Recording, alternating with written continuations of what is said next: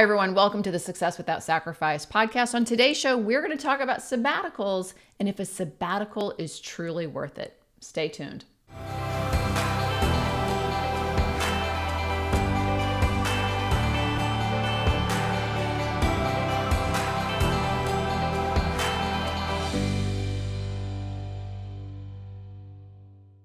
All right. Hello, everyone. Welcome back to the Success Without Sacrifice podcast. I'm Kate Byars, and I'm here with Jadine Cleary, our Director of Performance Coaching. Jadine, welcome. I'm excited about today's episode. It's very special. We're talking about sabbaticals. So here's the thing about sabbaticals. I have to say this right off the top. Is I want every woman out there to feel very comfortable that if you have always dreamed of sailing away, on a sailboat around the world for a year, then do it. In other words, if you are excited about doing something that you've always dreamed of and you're like, gosh, I never backpacked through Europe, when I was in college or whatever it is for you, and I really want to go do the sailing trip and you have this opportunity, take it. If you are, I've done two sabbaticals, one that worked beautifully and one that did not. And this is what we're going to talk about. I had wanted to stay home with my children, my young boys, and I had this opportunity in my career where I could pause for a couple of years and stay home with them. I took it and I was excited and I loved it and it was a choice. So my point being is if there's always been something that you've wanted to do, don't put it off to retirement. You have one life to live. We don't want to wait till we're 60 or 70 and who knows what our health is going to be if we're even going to live that long. Like, do the thing. Your career will be fine. And I think there's a real myth out there, especially by a lot of, career coaches or people who are in, the industry of helping you perform better in your career, where they tend to say, don't you dare step away. You're going to lose your reputation. People will forget about you. It's going to be so much harder to come back, once you've paused. Don't go sideways in your career. And I don't know if you hear this, Jadine, but that's just not true. Okay. You can pause your career for whatever length of time. Now, we're not saying that you're going to just skate right back into your old job or whatever. Yes, obviously you're going to have to market yourself and do some things, but definitely if you're moving towards a goal or a dream, I think sabbaticals could be wonderful. Anything you wanted to add there, Jadine? Well, I think to your point in terms of for all of us who are listening to this podcast, you're wanting to be driving your life. So you're wanting to be driving based on the decisions you want to make to ultimately live the life you want to live and be able to experience it and enjoy it. So we don't do well when we think we're living on other people's terms.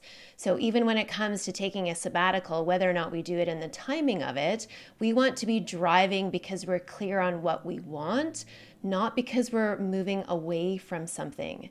And if we feel like we're potentially moving away from something, then we're going to be more influenced by other people's opinions. So we want to be driving, we need to know how to drive. Yes, I love that. And that's such a great point because I think as women, so often when we start our career, we are driving. We're making choices to be professional women. We might be making choices to put off having a family or making choices to, play in different industries to be more well-rounded and all the things you do as you build your career. And then at some point you start looking around and going, I feel like my career, it owns me. Like I'm no longer in charge of my career. And this is where sabbaticals can be a slippery slope. So to Jadine's point, if the sabbatical is you going, I'm so tired, I can't do this one more minute, I can't even think straight, maybe I just need a long vacation, maybe I just need a couple months off and I can just regroup and then I'll be better when I come back. That is where we see sabbaticals hurt women. Okay. Now, obviously, if you're having a mental health crisis or a health crisis, please take time off and do what you need to do. But that's not what I'm talking about. I'm talking about when burnout starts to creep up on you.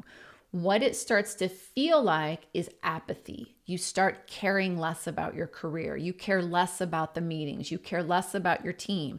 It starts to get harder to get out of bed in the morning. It's harder to go to sleep at night. You start to see these psychological symptoms sometimes before the physical, or sometimes the physical comes first. Headaches, hair loss, a lot of anxiety, and those types of things will start happening. Those are signs of burnout. And those burnout signs, that is not about a sabbatical. because what creates burnout is not just, that you got a difficult assignment and for the last couple of months you've been working a lot. You know what I'm saying? Like, I think we can all do a 2 to 3 month, like really heavy lifting in our career and come out of that and be fine. Burnout happens when you've been working in a way for years that is ineffective. For years, you've been working in a way that psychologically, emotionally, and physically is not healthy for your well-being. And at some point, your biology is going to start saying, okay, you're obviously not paying attention to me. Let me give you some stronger signals. And that's when all of a sudden you start looking out. I used to look out the glass. I had this corner office with these big, huge glass windows. And I would look out at the window and I'd see someone walking down the street and I'd be like, oh my God, I wish I was them, or, oh my gosh, I hope tonight when I go drive home, I hope I get in a car accident. Not a bad one, just enough of a car accident to where I could just, maybe be in the hospital for a month or two to have a break. Like, silly things will happen in your mind. And if you're having those things, they're real, because that is your biology starting to knock on the door and going, hello, this isn't working. And a sabbatical is not going to fix that. A sabbatical now becomes an escape from a problem, and all that happens on the other end of that sabbatical, whether it's 3 months or 6 months or 3 years, is just that cycle will repeat. Does that make sense? The cycle will absolutely repeat, because we need to look at what's the problem we're trying to solve. And so, to your point, oftentimes we hit that place of exhaustion and it seems like the only option is to walk away. The challenge is, and if any of you have traveled, especially when you're younger, you recognize when you travel, you take yourself with you. And there's a false belief out there that burnout comes from overworking. Burnout doesn't come from overworking. It comes from not getting your needs met, and not getting your needs met over a period of time.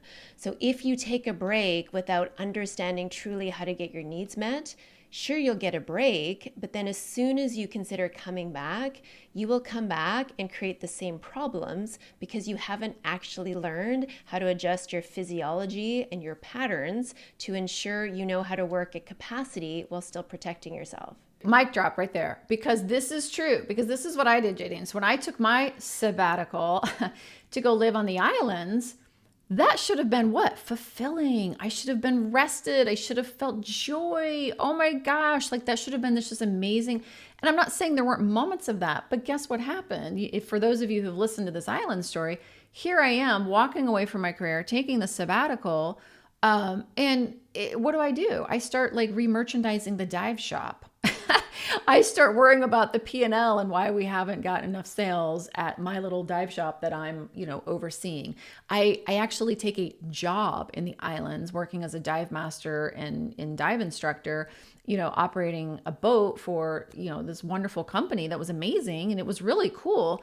But it wasn't like I was going towards that. Do you understand what I'm saying? It wasn't like, wow, my dream is to be a dive master in the islands and I've always wanted to do this and it would be so fun to check this out. It was, I'm escaping this world that I can't figure out how to master. And now I'm going into this brand new world that I sure as heck don't know anything about. And I'm taking all of these old patterns, or all these existing patterns of how to work, how to think about work, how to relax, how to think about relaxation, my emotional attachment to those things. And I'm not even doing the sabbatical. And so what we see, like, I can't tell you how many women we work with who took the sabbatical and they're like, I drove myself insane. I was so miserable. I was bored. Or I was like, painting the inside of the kitchen cupboard to make sure, doing these just crazy things in their homes. They were supposed to be sitting around and just enjoying their life. And instead, we're getting ourselves all worked up and putting all this energy and force now into having a perfect sabbatical. And it's like, hello. So the danger of taking the sabbatical is, you'll take it, you'll be fine for a week or two. And then after that, you'll start spinning yourself out into craziness, because that's how high achievers typically operate. And then to what Jadine said is, you're not really dealing with the real issue, right? The issue is not work. It's how we have been taught to approach work as women that is then driving us to work 10 times harder than we really need to. And once that light bulb and that observation and that research really fell into place for me, I was like, oh, this is cool. Because if I'm the problem, I can control myself, right? If it truly is the company and the boss and the management and the men and the culture and blah, blah, blah. If it's really all these external things, then yeah, then just walk away from your career and go weave baskets for a living. Like, why fight all that? But it's not, right? It's not all that. I'm not saying that those things aren't challenges at times, but it's how we interpret them and react to them and what we are doing to ourselves as women in our approach to work that's creating this burnout. It's not the company that's the problem, because believe me, we've had tons of women, including myself, who have taken the sabbatical, and the sabbatical not only didn't help, it really almost makes you feel worse, because you're like, oh my God, I've just given up this huge paycheck, everything I've worked hard for, and I'm still miserable. Like, that is a very painful realization if you don't understand what's really happening, because now what happens is you think there's something truly wrong with you. Does that make sense? It makes total sense. And then the challenge is these high-performing women feel like now they've failed at even having a sabbatical. So then it feels hopeless, because I don't feel like I can master how I want to do my career and have my relationship with my career. And yet I decided to step away from it to enjoy my sabbatical, and now I've failed at this. So it feels like there's no in between. So to your point on, as you decide whether or not a sabbatical is an answer for you, we need to first look at, what is your relationship with work? How are you showing up? How much are you deciding the emotional backpack that you take with you as you take on all of the components of work? And when we can start to define for ourselves, what is the relationship with work that I want to have for me? What does this look like? And how do I want to live my life? And start to lean into some of the components of your life at the same time. Then what happens is you put yourself in a more advantageous position to actually make the next decision.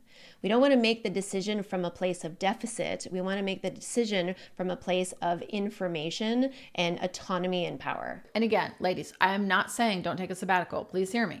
I'm not saying don't take a vacation. You probably, if you're listening to this podcast, need to take more vacations.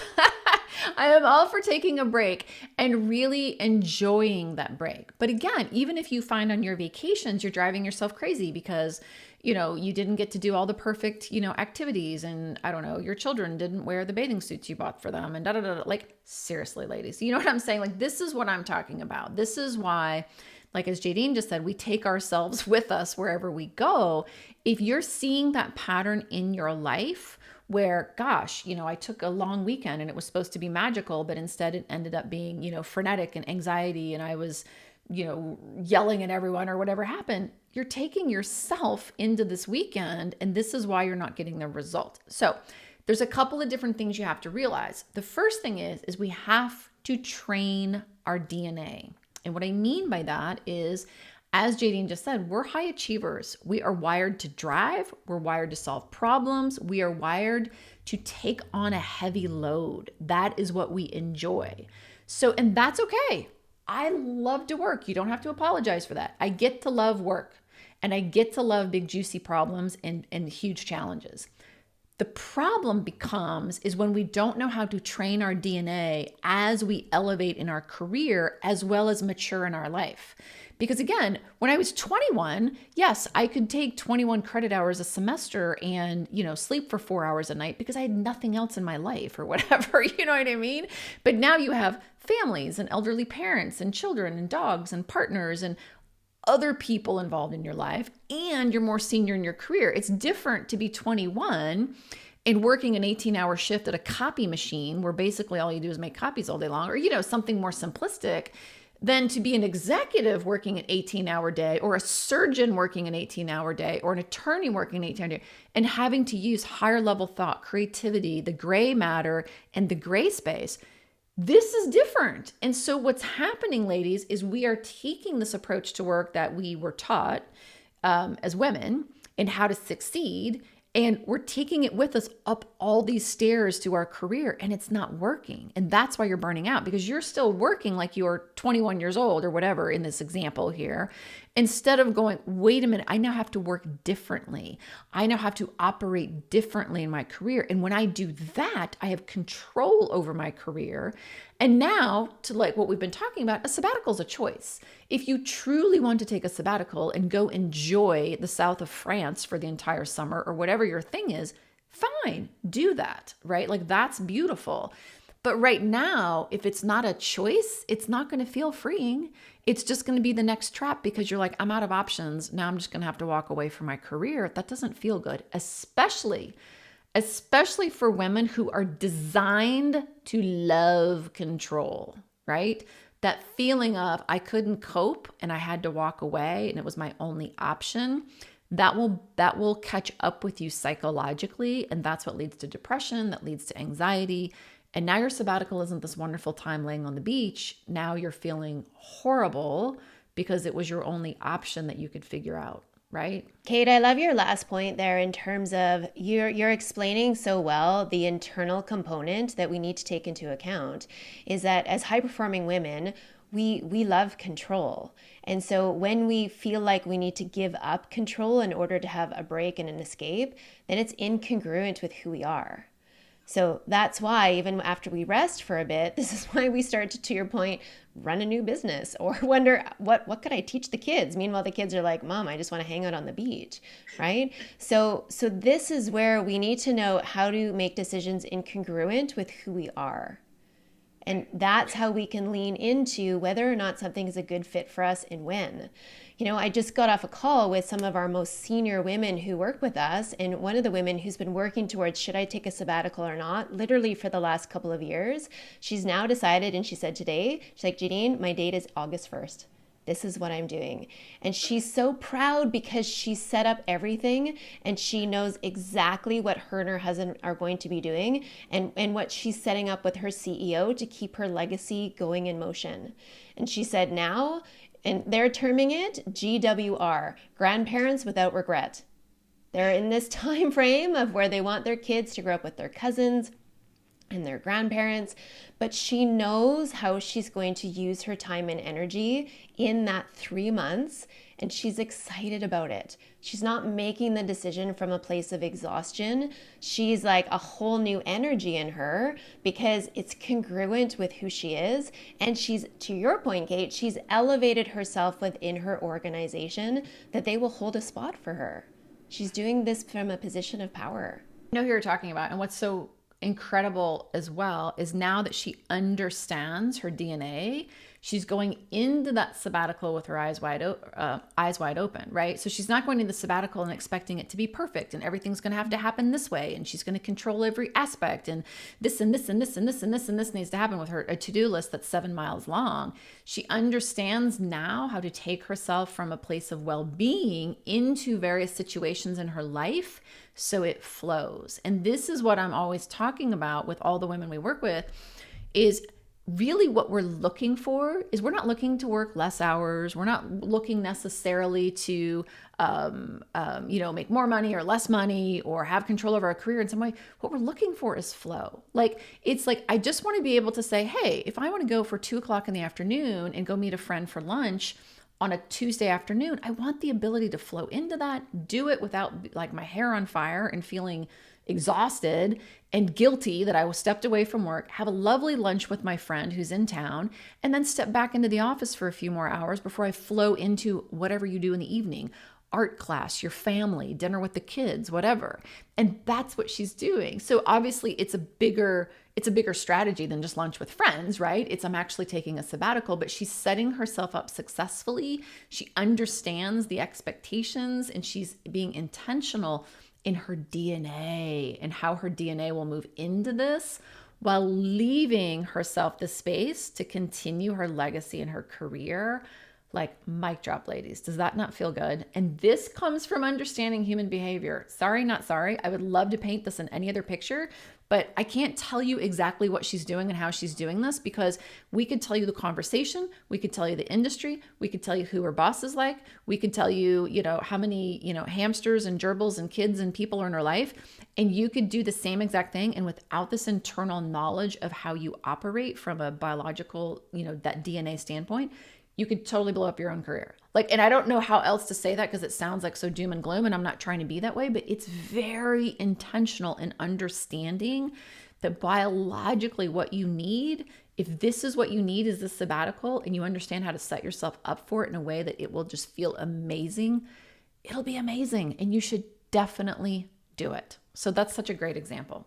So how do you know then at this point, should you take the sabbatical or not? What do you do? The first thing you do is sit down with a piece of paper, I know, and just very simply write on both sides, like, what do you have to gain and what do you have to lose? And you have to really sit with that and then pay attention to your emotional reaction to this. Like, here's what I have to gain. And if the things on the gain side is like, I could finally get a break, I could finally see straight, maybe I could rekindle my passion for my job. Maybe my family won't be mad at me anymore because we'd actually spend time together. You know what I'm saying? If those are the types of things on the gains, it's probably not really what that sabbatical is going to give you, even though you hope it is, right? If on the gain side, it says things like, oh my gosh, this has been my dream come true. Oh my gosh, like I've always wanted to explore, this area of the world. Oh my goodness, now, like you're saying, the grandparents and the kids are actually going to have this beautiful relationship together that I'm not able to facilitate, when I'm working or whatever. Now you're starting to see gains that are uniquely attached to the sabbatical, not to, I'm hoping this will fix this. I'm hoping this will fix this. I'm hoping this will fix this. I'm hoping this will fix this. So if on your paper under benefits, it's a bunch of like, I'm hoping it's going to fix all these problems in my life, it's probably not going to work the way you want it to, right?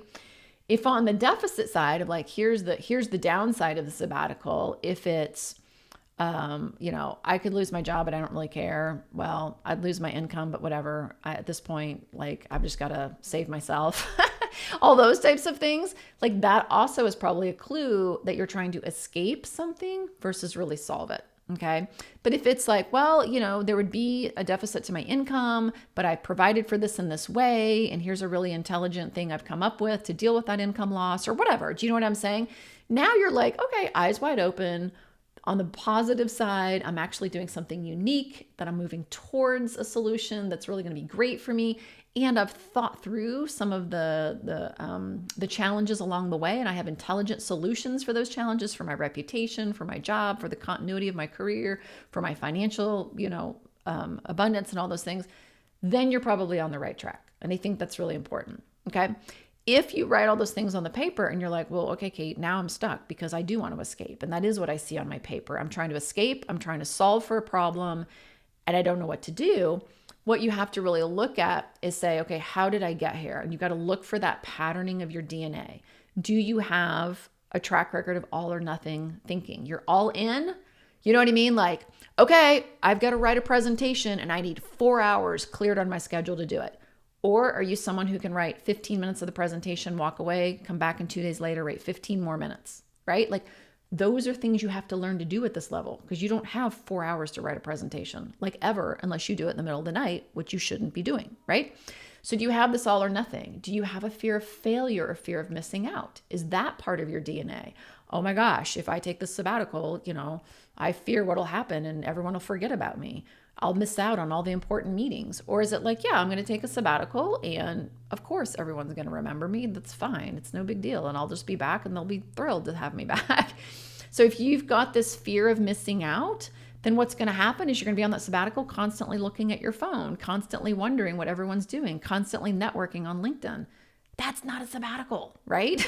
That's you festering about what you've walked away from. Okay.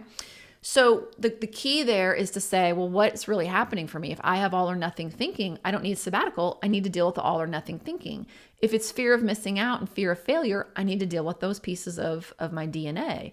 If it's a belief that, I have to work hard, and if I don't work hard, I don't deserve my success, then that's a problem, right? Because if you go take a sabbatical and you're not working hard, you're probably going to open yourself up to some massive failure because you believe that's what should happen for people who don't work. So then that's the piece of the DNA that we're working on. And so all along, you have to understand that those beliefs that I just mentioned were given to you in childhood, especially to little girls. Good girl, we're all the good girl. Even the bad girls are still good girls compared to how guys operate in their career. So those are the things that you're really looking at tackling, not taking a sabbatical, it's taming your DNA. And when you can retrain that DNA and those thought patterns, now all of a sudden we go, wait a minute, there's a million different ways for me to create success that doesn't have me sacrificing my well-being in the process. It makes a ton of sense. And so what you're really talking about is being aware of some of the things that could sabotage our sabbatical even when we take the sabbatical.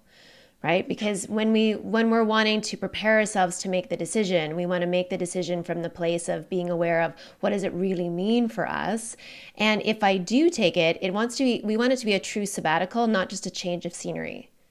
Right? It's like trying to date the boyfriend who we knew was never going to work out because we're just in love with the potential. And we think if we just give it more time, it's going to work. It's going to work. Right? And it's like, well, no, because you don't have the right ingredients. It's not going to work. We need to decide what do we truly want for us. And to your point, have the courage to actually go a little bit deeper to consider what are my true needs and what can I do to figure out how to get some of those needs met now so that I can decide from an objective, empowered position, what do I want to do? And if I step away from that place of power, knowing that perhaps financially, this is the best thing for me to do. Because we hear this from a lot of our clients too, where they actually decide, you know what? It would be nice to step away, but actually staying right now and learning how to train my DNA is going to ensure I have the financial backing to live my true dream in a couple of years. So we want the flow to be able to make those decisions. Yeah. And the other thing I'd say before we wrap is just remember, ladies, you're protecting something very precious. Your career. You've put a lot of years and effort and toil into creating this career. And so when you think about just stopping in providing yourself the training, the education, potentially the coaching, to help you make this decision with your eyes wide open, that's worth it. Or it is for me, because I love my career so much. And I love, quite frankly, the paycheck I get from my career. Like, that's important. And I think as women, we're like, oh, I went to college once and then that should be it. And unless the company's paying for, a training class, I'm not going to take it. And it's like, well, what are you talking about? This is your career. It's not your company's career. It's yours. And so the other step that I always encourage women to do is to get some expert and outside help. Like, you need someone else who's third party, who's really good at getting this result. Now, you can try therapy. What we typically find with therapy is they can be quite good. Therapists can be quite good at helping you untangle some of those DNA pieces, which is like that psychological piece, but they're not as great with the biological, nor in helping you then decide what the next step is. In other words, let's just say you work with a therapist and the therapist is like, why is your career so important? And you start to realize that there's really not a fear of missing out. And the therapist helps you with that. And you're like, okay, good. I feel better about not missing out. Well, then what? Because your therapist has never worked as a senior executive. Your therapist has never, worked and gotten results for doctors and attorneys and things like that. And so your therapist is like, I don't know, just go to work and, do what you want. And that doesn't really help you. You still have to know when to engage in your career and when to put up a boundary. And so it really takes those two aspects. And so I think, really understanding that investing in to protect the effort that you've put into your career thus far is probably a really good step to evaluate. All right, everyone. So I hope that was helpful to you to really understand the pros and cons of sabbaticals. And if you're a woman who has worked hard to build a big, beautiful career that can serve you in such amazing ways, but frankly, you're just burning out and thinking a sabbatical is the only way out, I want to invite you to book a call with our team. In the space of 45 to 60 minutes, you can talk confidentially to a third-party expert about what is going on in your career, what is working, what's not, and what are the options available to you. Again, it's completely confidential. All of our coaches have been in your shoes. They understand burnout and they understand the pressure that we all have to deal with as women in big, huge, fierce careers. So go ahead and go to goodlifeinstitute.org/call. That's goodlifeinstitute.org/call. Pick a time that works for you. Don't put this off. You deserve to have some clarity on what your options are and just feel some relief to know what's possible. And if we can help you, fabulous. If not, we have a whole host of other resources that we can share as well. All right, so that's it for this week's episode. It's been great speaking with you, and I'll see you next time.